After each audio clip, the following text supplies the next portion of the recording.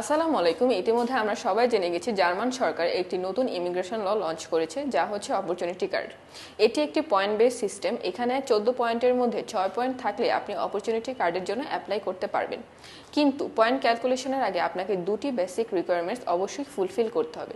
সেটি হচ্ছে আপনাকে অবশ্যই ব্যাচেলর ডিগ্রি কিংবা একটি ডিপ্লোমা ডিগ্রি থাকা লাগবে এবং আপনার অবশ্যই জার্মান ল্যাঙ্গুয়েজ A1 লেভেল পর্যন্ত or English language C2 level পর্যন্ত প্রফিসিয়েন্সি থাকতে হবে। বেসিক রিকোয়ারমেন্টসটি ফুলফিলের পরে আপনি আপনার পয়েন্ট ক্যালকুলেশন শুরু করতে পারবেন। সেক্ষেত্রে আপনার ডিগ্রিটি যদি জার্মানিতে পার্শিয়ালি রেকগনাইজড হয়, আপনি 4 পয়েন্টস পাবেন।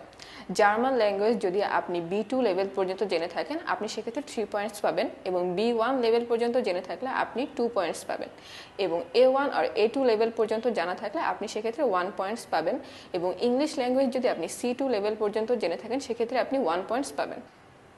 এরপর গত 7 বছরের মধ্যে আপনার যদি 5 বছরের একটি জব এক্সপিরিয়েন্স থেকে থাকে আপনার ব্যাকগ্রাউন্ড রিলেটেড, সেক্ষেত্রে আপনি 3 পয়েন্টস পাবেন। আপনার এজ যদি বিলো 35 হয় তাহলে আপনি 2 পয়েন্টস পাবেন এবং বিটুইন 35 টু 40 হয়, সেক্ষেত্রে আপনি 1 পয়েন্ট পাবেন। এবং আপনি যদি এর আগে কখনো জার্মানিতে 6 মাসের জন্য স্টে করে থাকেন উইদাউট ট্রাভেল ভিসা, সেক্ষেত্রে আপনি 1 পয়েন্টস পাবেন।